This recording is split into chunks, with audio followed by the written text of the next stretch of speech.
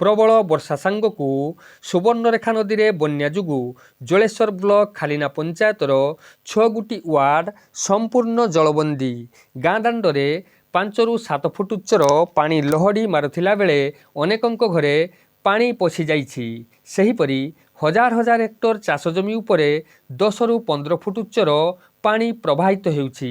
तेबे एजाए कौनसी प्रशासनिक अधिकारी गाँव में पहुंची स्थिति अनुध्यान करिनाहांती बोली ग्रामवासी माने अभियोग करुथिला बेले आज नाम्पो राजस्व निरीक्षक रंजन पाणी घटनास्थल में पहुंची स्थिति अनुध्यान करिसेंती।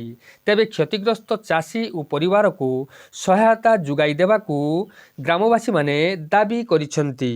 Bureau report Prabha live Odia. Nayan Kumar Pathi समाजसेवी खालना ग्राम पंचायत।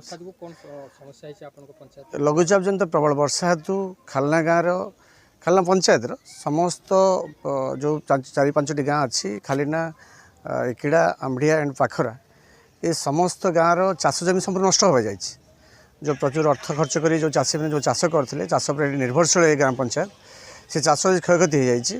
तेणु आम अनुरोध करूँ सरकार पाखे ये चाषर क्षयक्षति आकलन कर बहुत शीघ्र चाषी मान क्षयक्षति पूरण करागले आम उपकृत हबू एवं रिलीफ सामग्री बहुत शीघ्र आसी रहा दरकार अच्छी लोक देवा दरकार अच्छी जो जलबंदी भितर अच्छा